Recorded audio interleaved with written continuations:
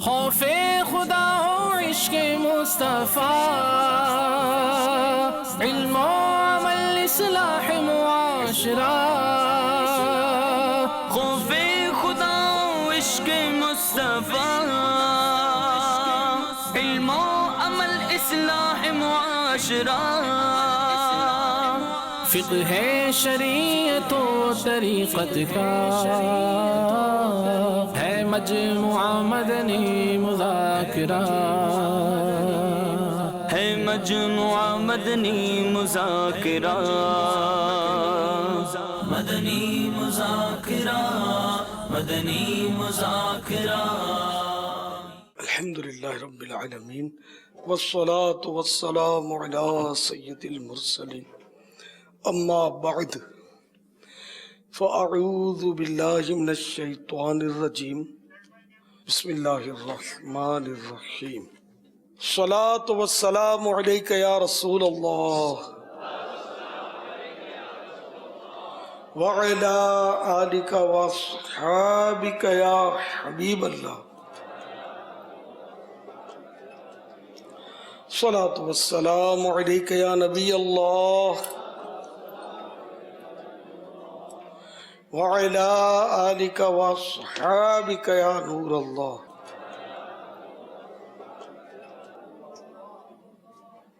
رمضان المبارک کی 21ویں شب ہے۔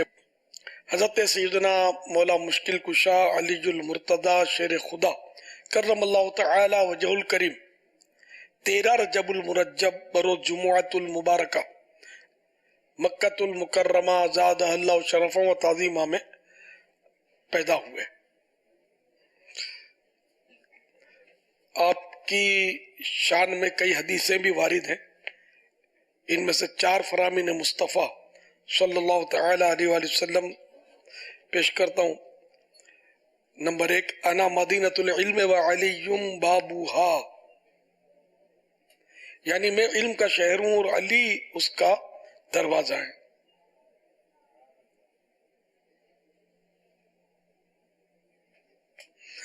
حضرت مولا علی کرم اللہ تعالی وجہ الکریم خود فرماتے ہیں، مجھے حضور صلی اللہ تعالی علیہ وآلہ وسلم نے علم کے 1000 باب یعنی چیپٹر عطا کیے، اور ہر باب یعنی چیپٹر سے آگے 1000 باب یعنی 1000 چیپٹر کھلتے ہیں۔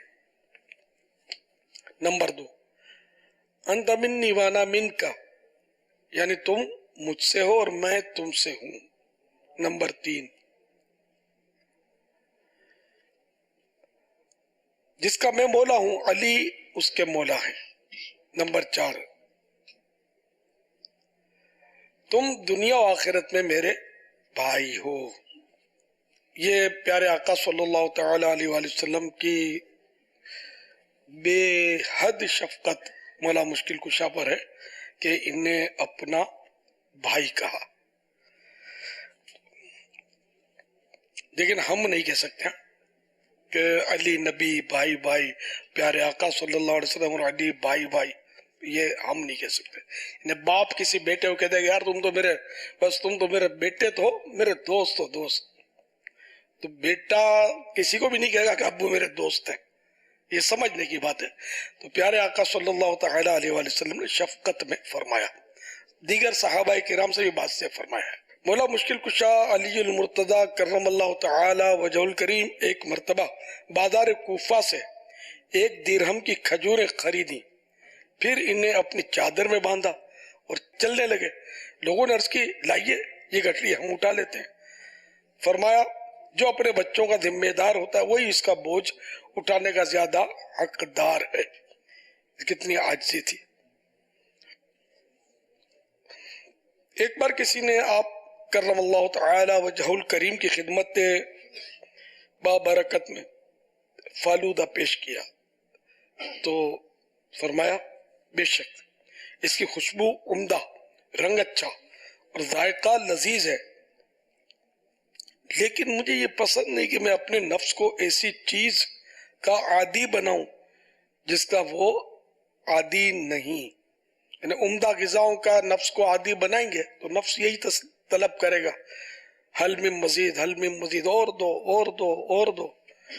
تو اسی طرح آسائشوں میں بھی جو آسائش کا عادی بنے گا اور اس کا عادی بنے گا، مثال کے طور پر جو اے سی میں رہنے کا عادی ہوگا، جس کی عادت ہوگی، اس کو پنکھے میں چین نہیں پڑے گا، وہ اے سی چاہیے اس کو۔ جس کی پنکھے کی عادت ہوگی تو اس کو بغیر پنکھے کے چین نہیں پڑے گا۔ علی حد القیاس، اسی طرح دیگر معاملات پر قیاس کیا جائے تو ہمارے یہ اسلاف جو تھے، ہمارے رب کے نیک بندے، ان کی سیرتوں میں اس طرح کی باتیں ملتی کہ یہ اپنے نفس کو وہ عمدہ چیزوں، مہنگی چیزوں، لذیذ چیزوں کی عادت نہیں بناتے تھے تاکہ سادگی سے گزارا کرنے میں دشواری پیش نہ آئے، اور یہ سب کچھ اللہ کی رضا کے لیے کرتے تھے۔ صلو علی الحبیب صلی اللہ تعالی علی محمد۔ سورۃ الاحزاب کی آیت نمبر 33 میں انما يريد الله ليذهب عنكم الرجس اہل البیت ویطہرکم تطہیرا۔ ترجمہ کنز ایمان، اللہ تو یہی چاہتا ہے اے نبی کے گھر والوں کہ تم سے ہر ناپاکی دور فرما دے اور تمہیں پاک کر کے خوب ستھرا کر دے۔ خزائن العرفان میں اس آیت مبارک کے تحت لکھا ہے، یعنی گناہوں کی نجاست سے تم آلودہ نہ ہو، اس آیت سے اہل بیت کی فضیلت ثابت ہوتی ہے،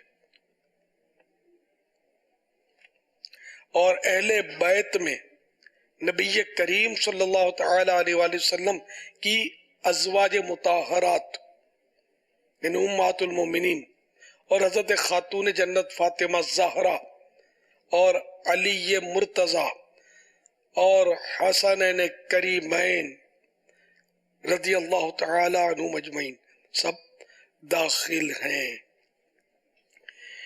ان کی پاکی کا خدائے پاک کرتا ہے بیان، آیا تطہیر سے ظاہر ہے شان اہل بیت۔ پیارے آقا مکی مدنی مصطفیٰ صلی اللہ تعالی علیہ وآلہ وسلم کے 5 فرامین اہل بیت اطہار کی فضیلت پر۔ نمبر 1، میں تم میں 2 چیزیں چھوڑتا ہوں، اگر تم ان کی پیروی کرو، ان کو فالو کرو تو ہرگز گمراہ نہ ہوگے۔ نمبر 1 کتاب اللہ،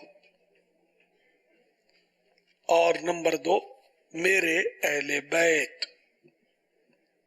نمبر 2، تم میں میرے اہل بیت کی مثال ایسی ہے جیسے نوح علیہ السلام کی کشتی، ان کی قوم میں جو اس میں سوار ہوا اس نے نجات پائی، اور جو پیچھے رہا وہ ہلاک ہوا۔ نمبر 3، اپنی اولاد کو 3 خصلتوں کی تعلیم دو۔ نمبر 1، اپنے نبی صلی اللہ تعالی علیہ وآلہ وسلم کی محبت۔ نمبر 2، اہل بیت کی محبت، اور نمبر 3، قرآن کریم کی تعلیم۔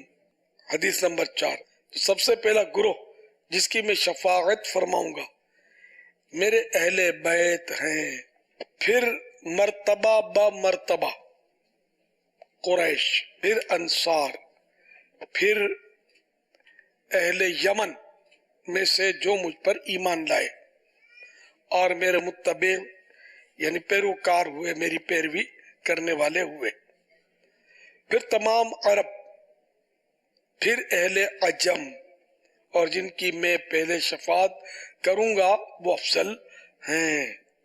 حدیث پاک نمبر 5۔ کوئی بندہ مومن کامل نہیں ہوتا جب تک میں اس کو اس کی جان سے زیادہ پیارا نہ ہوں، اور میری اولاد اس کو اپنی جان سے زیادہ پیاری نہ ہو، اور میرے اہل ان کو اپنے اہل سے زیادہ محبوب نہ ہوں،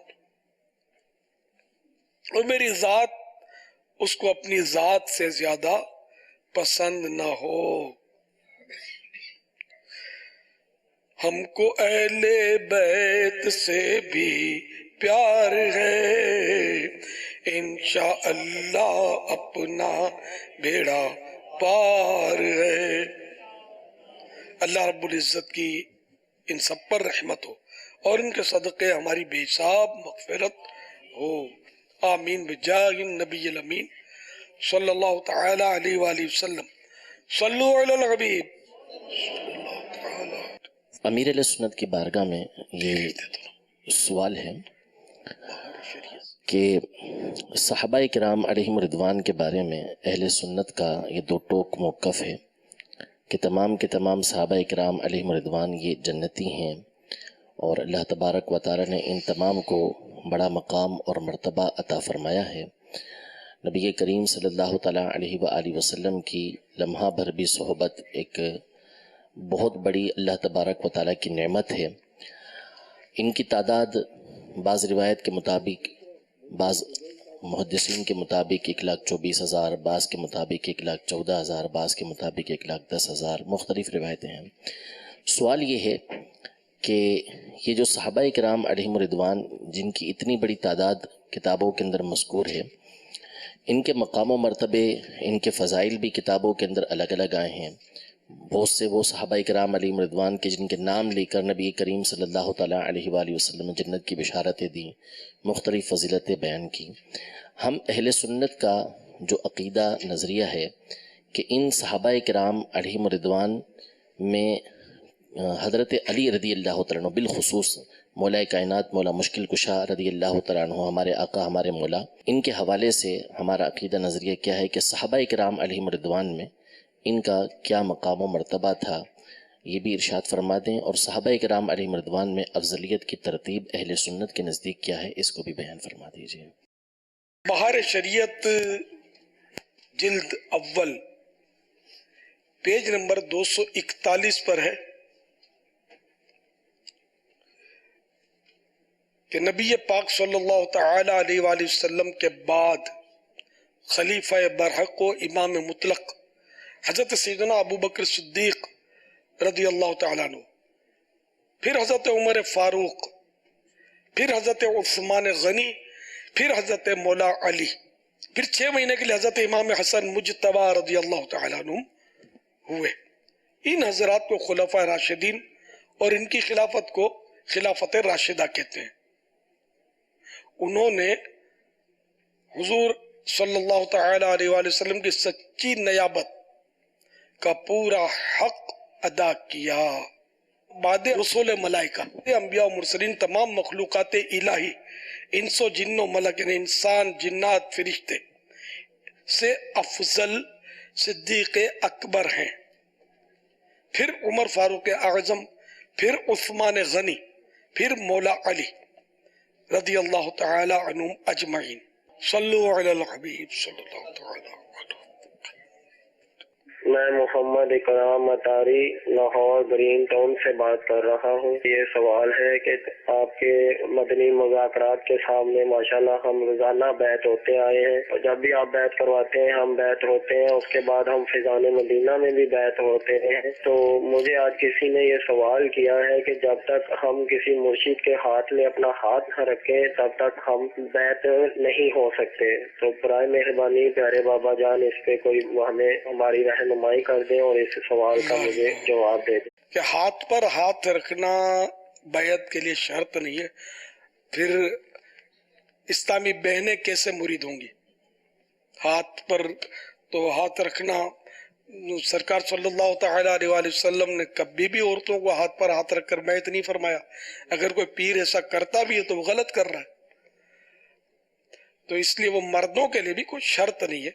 جس نے کہا ہے آپ سے غلط فہمی ہے، اس کو لیٹر کے ذریعے، اعلیٰ حضرت کے فتاوی ہے، خط کے ذریعے بھی بیعت ہو سکتا ہے، نمائندے کے ذریعے بھی بیعت ہو سکتا ہے۔ تو یہ مدنی چینل پر جسے بیعت کرواتے ہیں تو اس سے بھی جو یہ براہ راست جو ہو رہا ہے تو اس سے بھی بیعت درست ہے۔ اسی طرح جو سوشل میڈیا، فیس بک وغیرہ پر بھی جو براہ راست بیعت ہو رہے ہوتے ہیں، ان کی بھی اس طرح بیعت ہو جائے گی۔ ماشاءاللہ ہمارے ساتھ مشکل کشا کمپیوٹر موجود ہے۔ آپ کا نام؟ ابو بکر رضا اختاری. عمر 4 سال 8 ماہ. یہ بتائیے کہ مولا علی کرم اللہ تعالی وجہ الکریم کی امی جان نے آپ کا نام کیا رکھا؟ والدہ نے آپ کا نام حیدر رکھا. سبحان اللہ. حضرت علی کرم اللہ تعالی وجہ الکریم کی کنیت کیا ہے؟ ابو حسن اور ابو تراب ہے. مولا علی کرم اللہ تعالی وجہ الکریم کے کچھ القابات بتائیے. آپ کو اسد اللہ کے لقب سے نوازا، متضیع چنا ہوا کرا شہر خدا مولا مشکل کشا آپ کے مشہور القابات ہیں. سبحان اللہ. پیارے آقا صلی اللہ تعالی علیہ وآلہ وسلم نے آپ کو اسد اللہ کے لقب سے نوازا. اس کے علاوہ مرتضی یعنی چنا ہوا، کرار شیر خدا اور مشکل کشا آپ کے مشہور القابات ہیں. اچھا یہ بتائیں گے کہ حضرت علی کرم اللہ تعالی وجہ الکریم کب پیدا ہوئے؟ آموز ہی کے 30 سال آتے ہیں جب جبر ہو جمعہ دھوے. مولا علی کرم اللہ تعالی وجہ الکریم کی امی جان کا نام کیا ہے؟ فاطمہ بنت اسد. فاطمہ بنت اسد.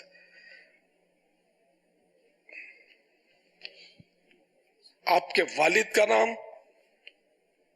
والد کا نام ابو طالب اور والدہ کا نام فاطمہ بنت اسد.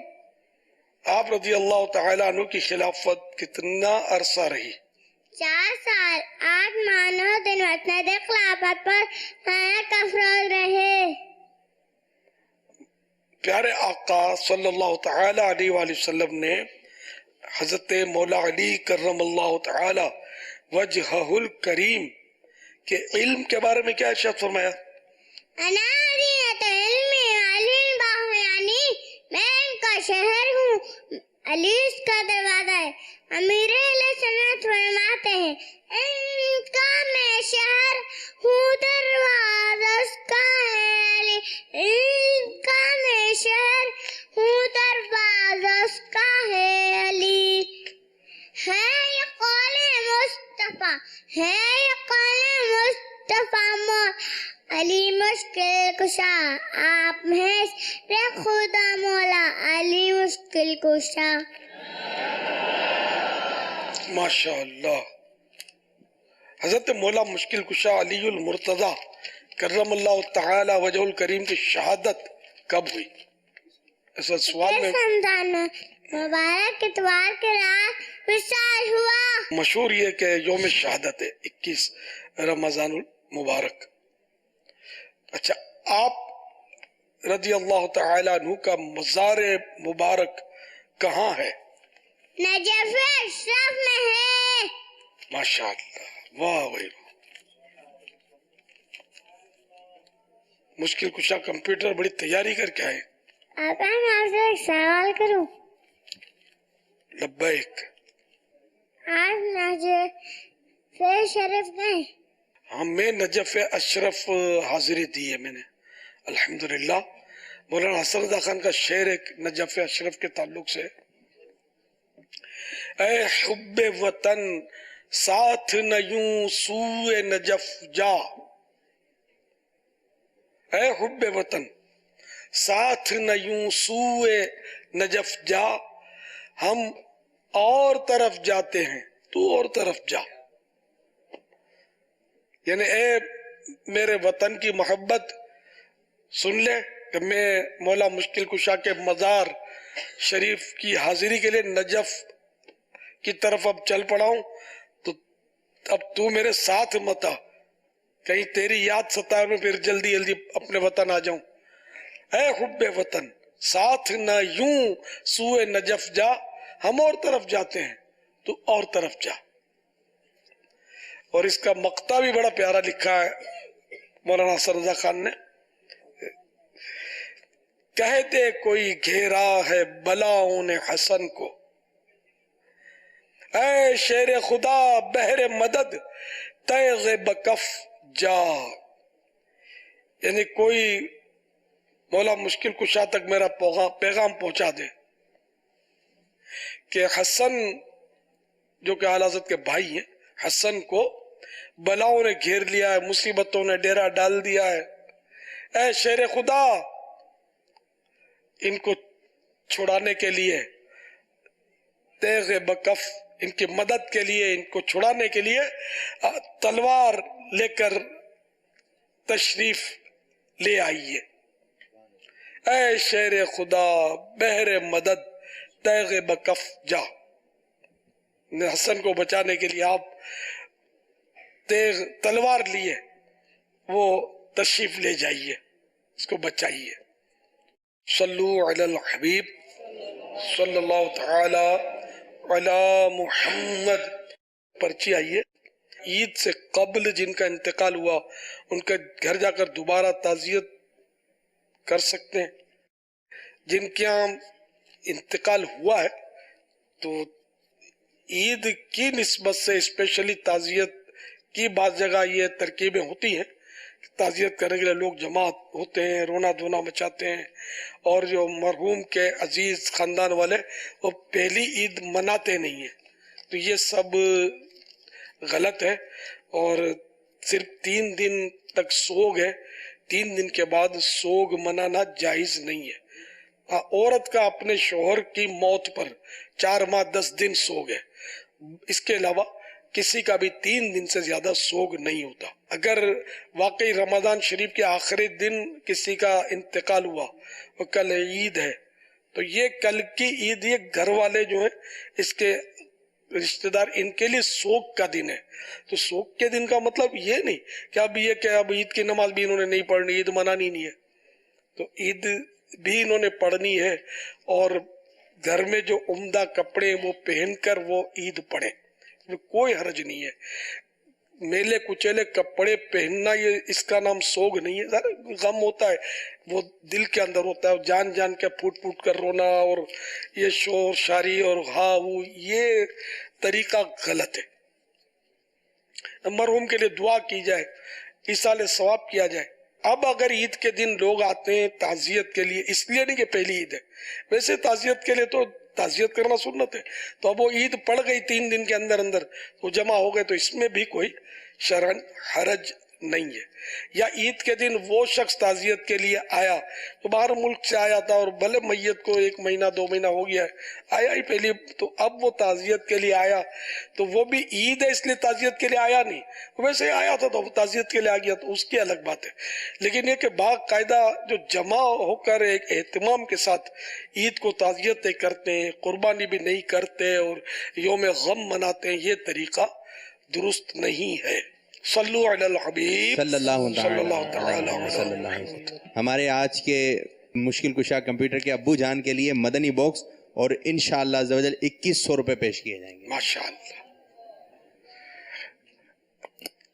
رمضان کی شان، رمضان المبارک میں اعتکاف کرنے کا سب سے بڑا مقصد شب قدر کی تلاش ہے، اور راجح یعنی غالب یہی ہے کہ شب قدر رمضان المبارک کے آخری 10 دنوں کی طاق راتوں میں ہوتی ہے۔ حضرت سیدنا حسن بصری رحمت اللہ تعالی علیہ سے منقول ہے، معتکف کو یعنی اعتکاف کرنے والے کو ہر روز 1 حج کا ثواب ملتا ہے۔ سمر جائے گی آخرت انشاءاللہ، تم اپنائے رکھو صدا مدنی ماحول۔ تو اعتکاف میں سب سے بڑا مقصد شب قدر کی تلاش۔ اچھا، اب شب قدر کی ہم کو تو پہچان ہوتی نہیں ہے، پتہ نہیں چلتا ہے، لیکن اقوال مختلف ہے اس میں، وہ زیادہ تر 27ویں رات کو شب قدر ہوتی ہے، مگر 27ویں رات ہی شب قدر ہے یہ فائنل نہیں ہے، بعض کے نزدیک بدلتی بھی رہتی ہے۔ حضرت شیخ ابو الحسن عراقی رحمت اللہ تعالی علیہ بہت بڑے بزرگ ہوئے، ان یہ ان کا فرمان ہے کہ میں جب سے بالغ ہوا ہوں تو مجھے مطلب یعنی کہ میں نے شب قدر کو پایا ہے. اب فلاں دن پہلا روزہ ہوا تو فلاں رات شب قدر آئی، اس طرح مطلب. تو جب جب جمعرات کا پہلا روزہ ہوا، اس بار جمعرات کا ہمارے یہاں پہلا روزہ ہوا ہے، تو جب جب جمعرات کو پہلا روزہ ہوا ہے تو میں نے شب قدر 25ویں رات میں پائی ہے. یہ ان کا اپنا تجربہ ہے. شب قدر کو پائیں تو کیا دعا پڑھیں، تو آئیے پڑھتے. صلو علی الحبیب صلی اللہ تعالی علی محمد. اللہم انکا عفو کریم تحب العفو فاعف عنی. اللہم انکا عفو کریم تحب العفو فاعف عنی. اللہم انکا عفو کریم تحب العفو فاعف عنی.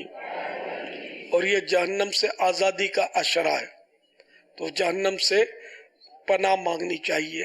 اللہم اجرنی من النار. اللہم اجرنی من النار.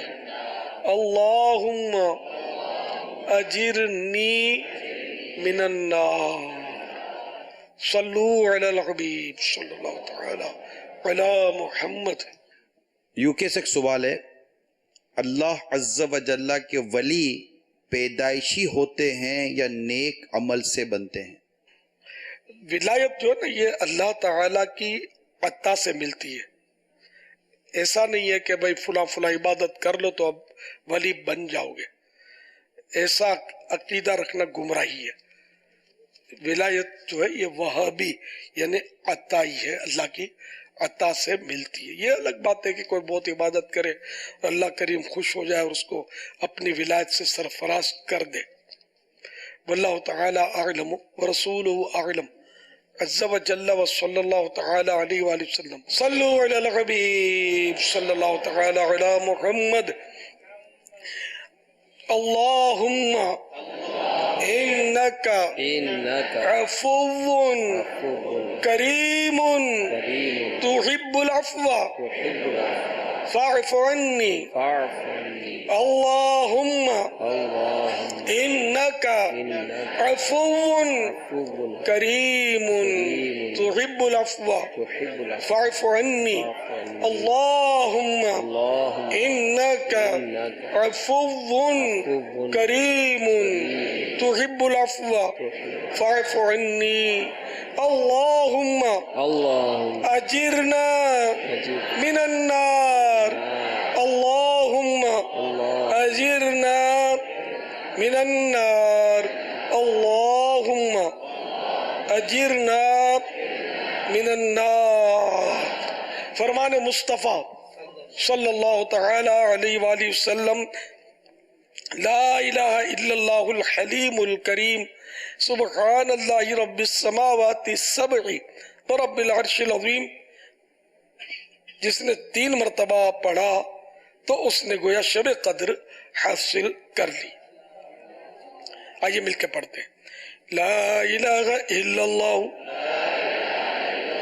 الحلیم الکریم سبحان اللہ رب السماوات السبع ورب العرش العظیم. لا الہ الا اللہ الحلیم الکریم سبحان اللہ رب السماوات السبع ورب العرش العظیم. لا الہ الا اللہ الحلیم الکریم سبحان اللہ رب السماوات السبع ورب العرش العظیم. صلو علی الحبیب صلی اللہ تعالی علی محمد. حضرت سیدنا عبداللہ بن عمرو بن عاص رضی اللہ تعالی عنہما فرماتے ہیں جو یہ دعا کسی مجلس سے اٹھتے وقت 3 مرتبہ پڑھے تو اس کی خطائیں مٹا دی جاتی ہیں، اور جو مجلس خیر و مجلس سے ذکر میں پڑھے تو اس کے لیے خیر یعنی بھلائی پر مہر لگا دی جائے گی. آئیے مل کے پڑھتے ہیں. سبحانک اللہم وبحمدک لا الہ الا انت استغفرک واتوب الیک. سبحانک اللہم وبحمدک لا الہ الا انت استغفرک واتوب الیک. سبحانک اللہم وبحمدک لا الہ الا انت استغفرک واتوب الیک. صلو علی الحبیب صلی اللہ علی محمد. خوف خدا ہو عشق مصطفیٰ، علم و عمل اصلاح معاشرہ. خوف خدا و عشق مصطفیٰ، علم و عمل اصلاح معاشرہ. فقہ شریعت و طریقت کا ہے مجموعہ مدنی مذاکرہ، ہے مجموعہ مدنی مذاکرہ. مدنی مذاکرہ، مدنی مذاکرہ.